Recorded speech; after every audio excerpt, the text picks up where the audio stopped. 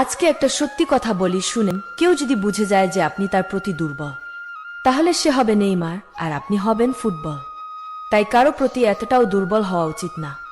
বৃষ্টি ফুরিয়ে গেলে ছাতাটাও বোঝা মনে হয়, কালি ফুরিয়ে গেলে কলমটাও ডাস্টবিনে জায়গা পায়। ঠিক তেমনি আপনি মানুষের যতদিন উপকার করতে পারবেন, মানুষ আপনাকে ঠিক ততদিন মনে রাখবে। এই পৃথিবীতে অদ্ভুত একটা জিনিস কি জানেন?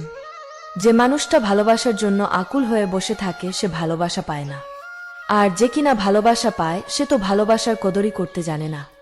মানুষ বলে যে ভাগ্যে যেটা আছে সেটাই হবে, আর আল্লাহ বলেন যে তোমরা আমার কাছে চেয়ে দেখো, ভাগ্য পরিবর্তন করার ক্ষমতা শুধুমাত্র আমারই আছে। একটা বাস্তব কথা কি জানেন? ছেলেরা যখন বিয়ে করতে যায় তখন ডিভোর্সি কিংবা এক বাচ্চার মাকে তাদের ভালো লাগে না, কিন্তু যখন পরকিয়া করতে যায় তখন 4 বাচ্চার মাকেও তাদের কাছে নায়িকা নায়িকা মনে হয়। কিছু পুরুষ মানুষ একজন নারীকে দেখে পুরো নারী জাতিকেই বিচার করে ফেলে, বলে তোরা নারী জাতটাই খারাপ। আরে ভাই, তুমি হয়তো ভুলে যাচ্ছ তুমি যে মায়ের গর্ভ থেকে জন্ম নিয়েছ সেও কিন্তু একজন নারী। তাই একজন নারীকে দেখে সব নারীকে বিচার করতে যেও না।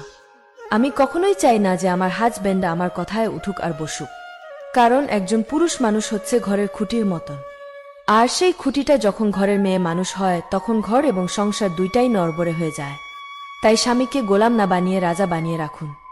ব্যবহারে বংশের পরিচয় কথাটা সম্পূর্ণ মিথ্যা কথা, কারণ অনেক খানদানি বংশ থেকে অনেক কুলাঙ্গারের জন্ম হয়, আর অনেক জালেমের ঘর থেকেও অনেক আলেমের জন্ম হতে পারে। কিছু পুরুষ মানুষ আছে দেখবেন যারা কিনা পকেটে টাকা আর শরীরে জোর থাকলে নিজের বউকে পাত্তাই দেয় না, পরিবারের সবার সামনে বউকে হেনস্থা করে। অথচ এই বোকা পুরুষ এটা ভুলে যায় যে বউয়ের ভালো সার্টিফিকেট ছাড়া সে জান্নাতেই যেতে পারবে না।